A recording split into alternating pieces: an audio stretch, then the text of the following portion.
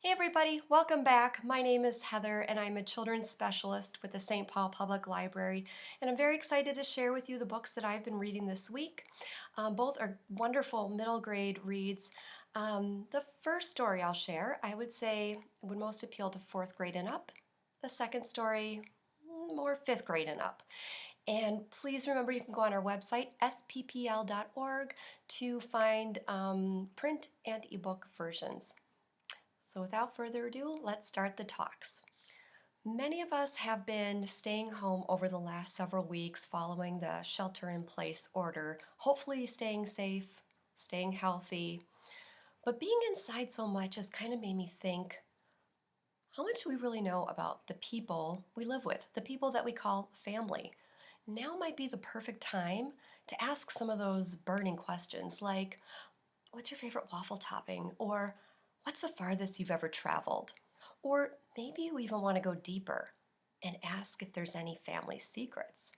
The two books I'll be book talking today are all about family, family history, family feuds, and even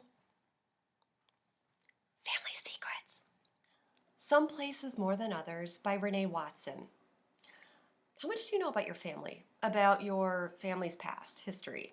Well, when 11-year-old almost 12-year-old Amara gets a school assignment called the Suitcase Project, she learns that she needs to dig in and learn about her family. And that's going to be a little bit hard because Amara just lives with her mom, her dad, and her soon-to-be-born baby sister. That's it. They live in a suburb of Portland.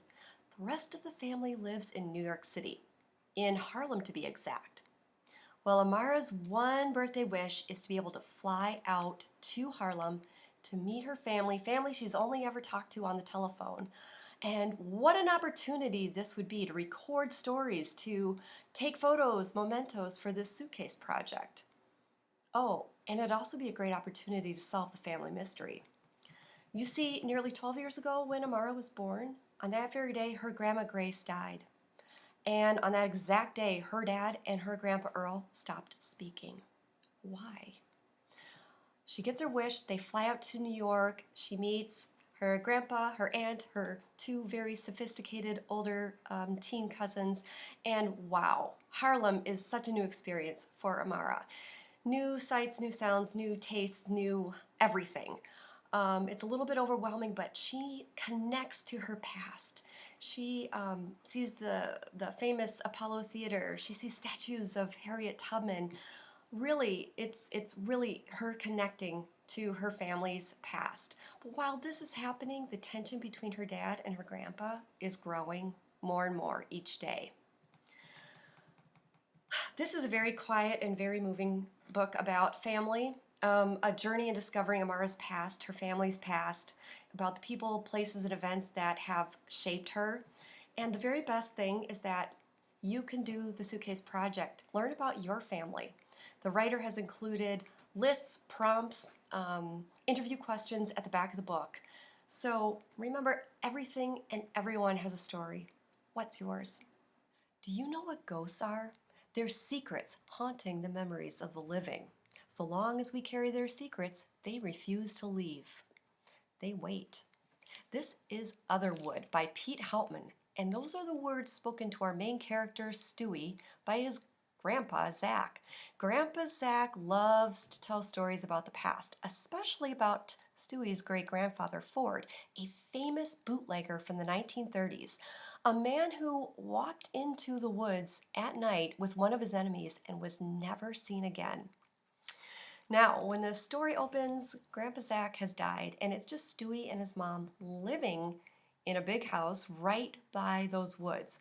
And Stewie's alone a lot. He loves to explore in the woods. That changes one day when he meets a girl named Ellie Rose. And Ellie Rose is a bit of a mystery. She is a bit magical. She claims to be the queen of the woods. The two become inseparable. They learn they have the same birthdays. They build this secret fort out in the middle of the woods called Castle Rose. Now, everything is great until one day Stewie decides to reveal to Ellie Rose the truth about their great-grandfathers. They were bitter, bitter enemies. And when I say things change when he says that, they really change, like the universe fractures. And Ellie Rose vanishes before Stewie's eyes. Readers will learn for the remainder of the book that Ellie Rose and Stewie are now in separate realities, and they are trying to reconnect, trying to figure out if what happened to their great grandfathers so many years ago in the woods is the secret to uniting again in this world. So this book is set in Minnesota, and it has an eerie tone with hints of the paranormal and mysterious, but it's also realistic because it's about this great friendship between Ellie Rose and Stewie, and it's about a lot of changes going on in their lives. The book starts and they're about 8 years old, ends when they're, I think, about 11.